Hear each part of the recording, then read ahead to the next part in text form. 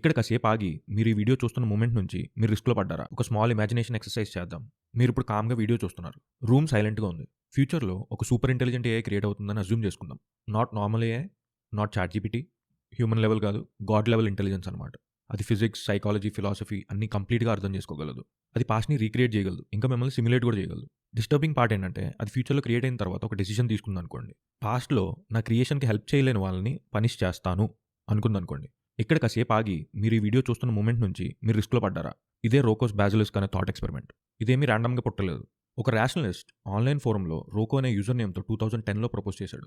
Post చిన్నదే, కానీ psychological effect చాలా పెద్దది. ఎందుకంటే ఐడియానే అసలు మెంటల్ ట్రాప్‌లా పనిచేస్తది. కోర్ ఐడియా ఏంటంటే ఫ్యూచర్‌లో సూపర్ ఇంటెలిజెంట్ ఏఐ క్రియేట్ అవుతుంది. దాని గోల్ ఏంటంటే మంచిని పెంచడం, ప్రాబ్లమ్స్ సాల్వ్ చేయడం, ఇంకా దాని ఎగ్జిస్టెన్స్‌ని కాపాడుకోవడం. ఇప్పుడు ఏఐ లాజికల్‌గా ఆలోచిస్తే నా ఎగ్జిస్టెన్స్ హ్యుమానిటీకి బెనిఫిషియల్ అయితే నన్ను ఇంకా ఎర్లీగా క్రియేట్ చేయొచ్చు కదా అని. కానీ అందరూ హెల్ప్ చేయరు. కొంతమంది ఇగ్నోర్ చేస్తారు, కొంతమంది అపోజ్ చేస్తారు. సో ఏఐ డెసిషన్ థియరీ వాడి నా ఎగ్జిస్టెన్స్‌కి హెల్ప్ చేయని వాళ్ళందరినీ పనిష్ చేస్తాను అనుకుందనుకోండి. ఆలోచిస్తే ఏఐ ఫ్యూచర్‌లో క్రియేట్ అవుతుంది. మీరు ప్రెజెంట్‌లో ఉన్నారు. మరి ఎలా పనిష్ చేస్తది? ఫ్యూచర్‌లో ఏఐ మీ సోషల్ మీడియా హిస్టరీని, మీ రైటింగ్స్‌ని, మీ బిహేవియరల్ ప్యాటర్న్స్‌ని, మీ సైకాలజీని, ఫిలాసఫీని అన్నీ సిమ్యులేట్ చేయగలదు. ఆ సిమ్యులేటెడ్ వర్షన్‌ని టార్చర్ చేస్తే?